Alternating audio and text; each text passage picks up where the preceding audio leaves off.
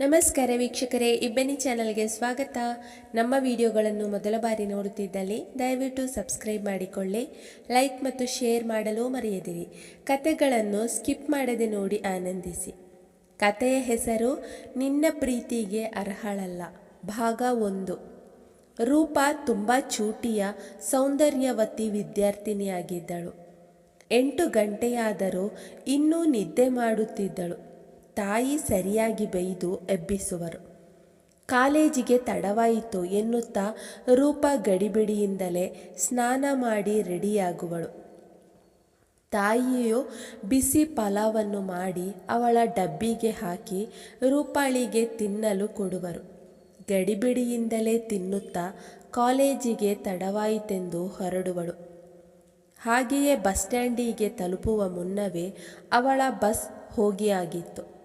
ಮೊದಲೇ ತಡವಾಗಿದೆ, bus miss ಆಗಿದೆ ಎನ್ನುತ್ತಾ ಬೇಸರದಿಂದ ನಿಂತಿದ್ದಾಗ ರೂಪಾಳ ಕಾಲೇಜಿನ ಲೆಕ್ಚರ್ ಶರತ್ ಅದೇ ದಾರಿಯಲ್ಲಿ ಕಾರಿನಲ್ಲಿ ಹೋಗುತ್ತಿದ್ದರು.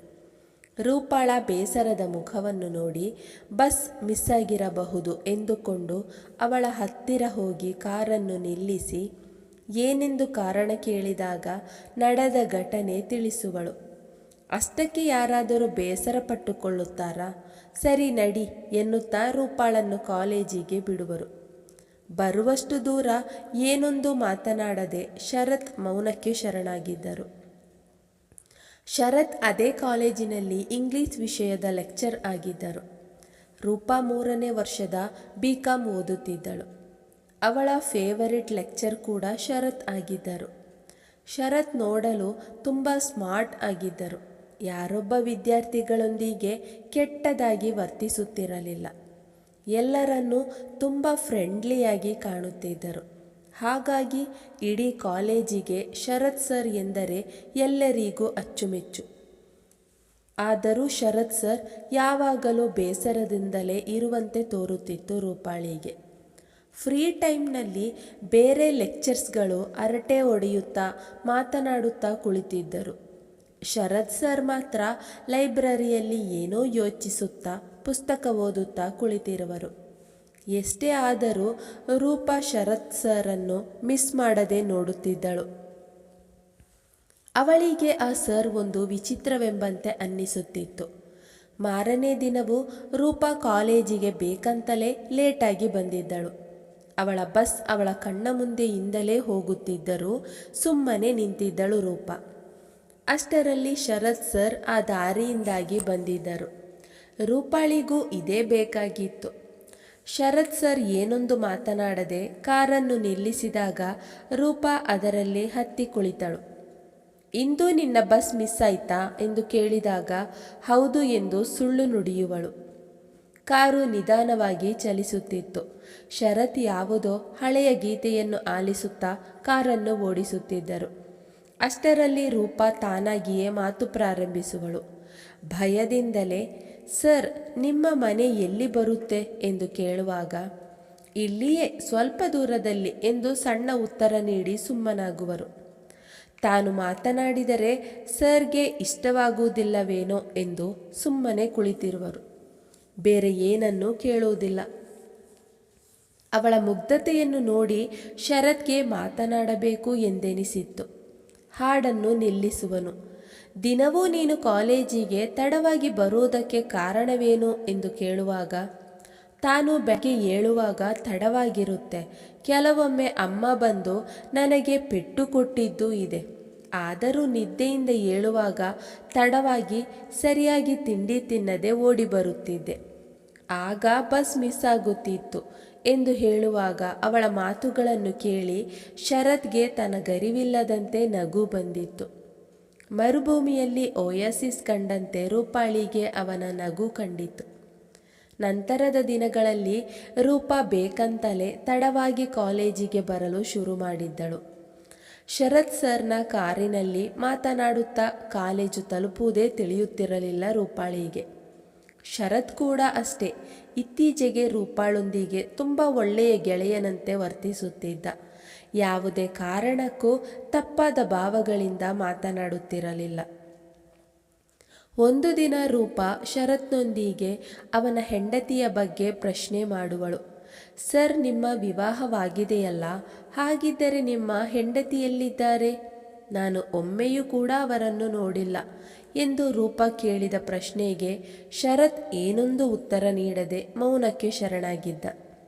ನಾನು ಕೇಳಿದ ಮಾತು ಸರ್ಗೆ ಹಿಡಿಸಲಿಲ್ಲವೇನೋ ಎಂದು ಅದನ್ನು ನಂತರದ ದಿನಗಳಲ್ಲಿ ಅವಳು ಕೇಳಲು ಹೋಗಲಿಲ್ಲ. ಅದೊಂದು ದಿನ ಕಾಲೇಜಿಗೆ ರಜೆ ಇದ್ದಿದ್ದರಿಂದ ರೂಪ ತನ್ನ ಗೆಳತಿಯ ಮನೆಗೆ ನೋಟ್ ಕಂಪ್ಲೀಟ್ ಮಾಡುವುದಕ್ಕೆ ತೆರಳಿದ್ದಳು. ಬರುವ ದಾರಿಯಲ್ಲಿ ಸ್ವಲ್ಪ ತಡವಾಗಿದ್ದರಿಂದ ಒಬ್ಬಳೇ ನಡೆದುಕೊಂಡು ಬರುತ್ತಿರುವಾಗ ಶರತ್ ಎದುರಾಗಿದ್ದ. ಇದೇನು ಇವತ್ತು ರಜೆ ಇದ್ದರೂ ಎಲ್ಲಿಗೋ ಹೋಗುವಂತಿದೆಯಲ್ಲ ಎಂದು ಕಾರು ನಿಲ್ಲಿಸಿ ಮಾತನಾಡುವನು. ಗೆಳತಿಯ ಮನೆಗೆ ಹೋಗಿ ಹಿಂದಿರುಗುತ್ತಿರುವುದಾಗಿ ಹೇಳುವಾಗ ತಾನೇ ಡ್ರಾಪ್ ಮಾಡುವೆ ಎಂದು ಕರೆಯುವನು.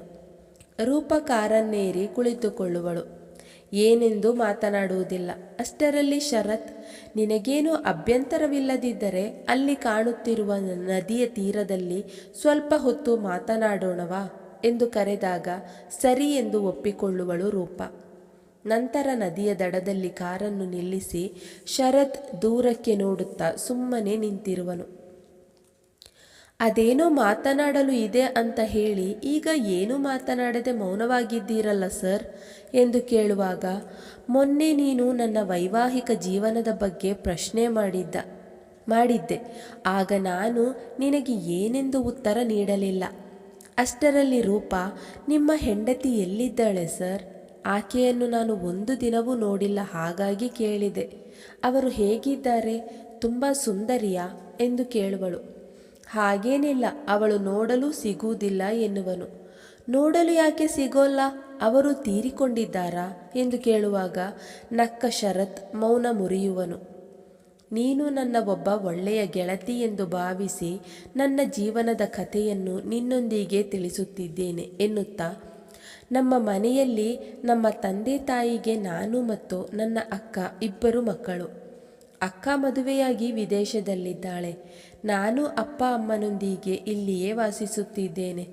ನನಗೆ ಈಗಲೇ ವಿವಾಹ ಇಷ್ಟವಿಲ್ಲದಿದ್ದರೂ ತಂದೆ ತಾಯಿಯ ಒತ್ತಾಯಕ್ಕಾಗಿ ನಾನು ಜಯಾಳನ್ನು ವಿವಾಹವಾಗಬೇಕಾಗಿತ್ತು.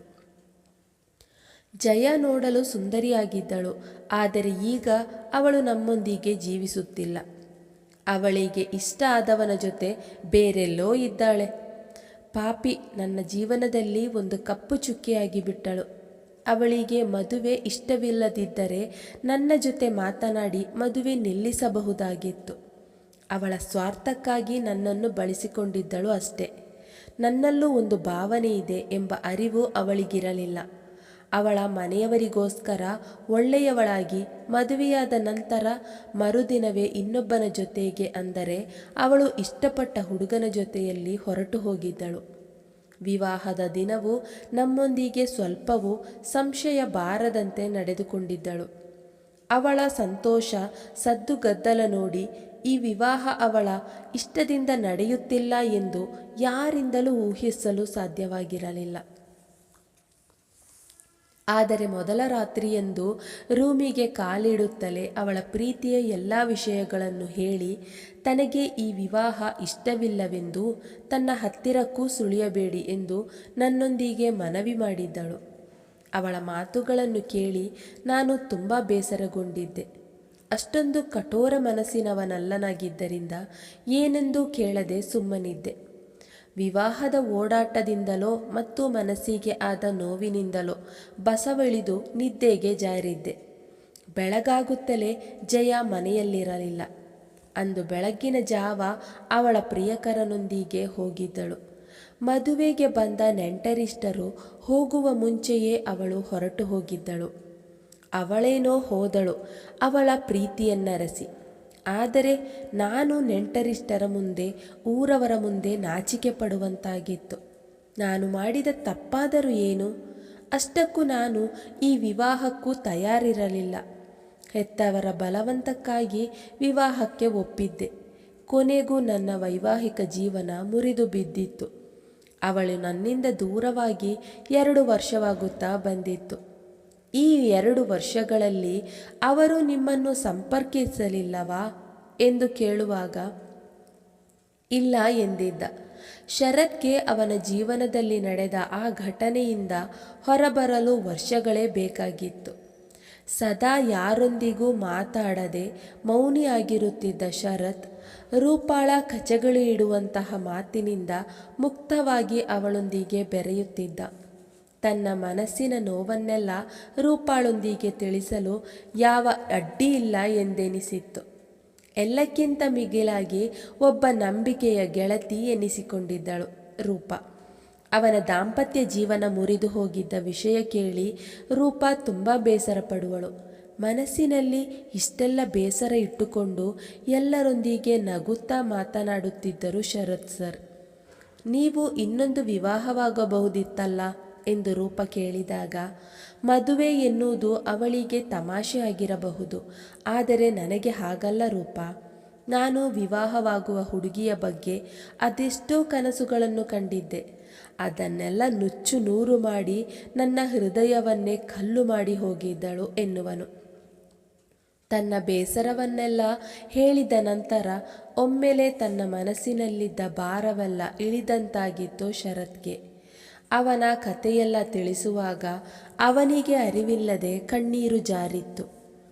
ಮುಂದುವರಿಯುತ್ತದೆ. ಈ ಕಥೆಯ ಮುಂದಿನ ಸಂಚಿಕೆಯನ್ನು ಮುಂದಿನ ವಿಡಿಯೋದಲ್ಲಿ ಪ್ರಕಟಿಸಲಾಗುವುದು. ಈ ಕಥೆಯ ಅನಿಸಿಕೆಗಳನ್ನು ಕಾಮೆಂಟ್ನಲ್ಲಿ ತಿಳಿಸಿ. ಪ್ರಿಯ ವೀಕ್ಷಕರೇ, ನಮ್ಮ ಈ ಕಥೆ ಇಷ್ಟವಾಗಿದೆ ಎಂದು ಭಾವಿಸುತ್ತೇವೆ. ನಮ್ಮ ಚಾನೆಲ್ಗೆ ತಪ್ಪದೇ ಸಬ್ಸ್ಕ್ರೈಬ್ ಆಗಿ, ಪಕ್ಕದಲ್ಲಿರೋ ಬೆಲ್ಲೈಕನನ್ನು ಪ್ರೆಸ್ ಮಾಡಿ. ಧನ್ಯವಾದಗಳು.